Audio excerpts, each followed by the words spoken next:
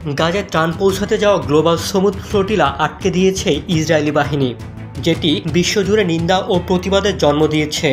প্রায় 40টি নৌযান নিয়ে গঠিত এ বহরের প্রায় সবকটি আটক করা হয়েছে আন্তর্জাতিক জলসীমায়। আটক হওয়া যাত্রীদের মধ্যে আছেন সুইডিশ পরিবেশকর্মী গ্রেটা থুনবার্গ সহ প্রায় 4 শতাধিক ব্যক্তি, যাদের অনেককে জোরপূর্বক ইসরায়েলে নিয়ে যাওয়া হয়েছে। ইসরায়েলি পররাষ্ট্র মন্ত্রণালয় জানিয়েছে আটক ব্যক্তিদের নিজ নিজ দেশে ফেরত পাঠানো হবে। তবে ফ্লোটিলা আয়োজকরা বলছেন এটি আন্তর্জাতিক আইনের লঙ্ঘন এবং একটি অবৈধ আগ্রাসন। এই বহরের একমাত্র জাহাজ ম্যারিনেট এখনও চলমান। এতে রয়েছেন 6 জন যাত্রী। আয়োজকদের আশা এটি গাজার উপকূল পর্যন্ত পৌঁছাবে।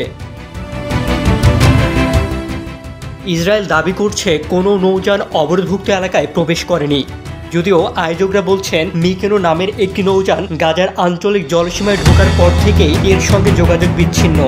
এই ঘটনাকে কেন্দ্র করে যুক্তরাষ্ট্র, যুক্তরাজ্য, আয়ারল্যান্ড, কলম্বিয়া, দক্ষিণ আফ্রিকা, তুরস্ক, স্পেন, বেলজিয়াম সহ বহু দেশ ইসরায়েলের সমালোচনা করেছে। জাতিসংঘের মানবাধিকার প্রধান ভলকার তুর্ক গাজার অবরোধ তুলে নেওয়ার আহ্বান জানিয়েছেন। তিনি বলেন, সবচেয়ে গুরুত্বপূর্ণ হচ্ছে জীবন রক্ষাকারী উপকরণ সরবরাহ নিশ্চিত করা। এদিকে Buenos Aires, London, Berlin, Geneva, Paris এবং করাচি সহ বহু শহরে অনুষ্ঠিত হয়েছে ফিলিস্তিনপন্থী বিক্ষোভ। ইটালিতে শ্রমিক ইউনিয়ন সাধারণ ধর্মঘটের ডাক দিয়েছে। ব্রাজিলের সাও পাওলোতে শিক্ষার্থীরা প্রেসিডেন্টের কাছে ইসরায়েলের সঙ্গে কূটনৈতিক সম্পর্ক ছিন্নের দাবি জানিয়েছে। বাংলাদেশেও বিক্ষোভ হয়েছে। আন্তর্জাতিক সংস্থাগুলো বলছে গাজায় বর্তমানে দুর্ভিক্ষ পরিস্থিতি চলছে।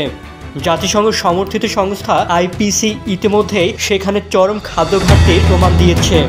ইসরায়েলি প্রধানমন্ত্রী বেনিয়ামিন নেতানিয়াহু এই দাবি সম্পূর্ণ মিথ্যা বলে উড়িয়ে দিয়েছেন। যদিও জাতিসংঘ বলছে ইসরায়েল পদ্ধতিগতভাবে মানবিক সহায়তায় বাধা দিচ্ছে। জিএসএ ফ্রিডম ফ্লোটিলা কোয়ালিশন জানিয়েছে আগামীতেও গাজায় ত্রাণ পাঠানোর নতুন উদ্যোগ নেওয়া হবে।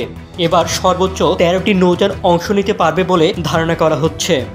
গাজার দিকে এগিয়ে যাওয়া প্রতিটি নৌযান এখন শুধুই মানবিক সাহায্য নয়, বরং আন্তর্জাতিক রাজনীতি, প্রতিবাদ ও আইনগত প্রশ্নের প্রতীকী হয়ে উঠেছে।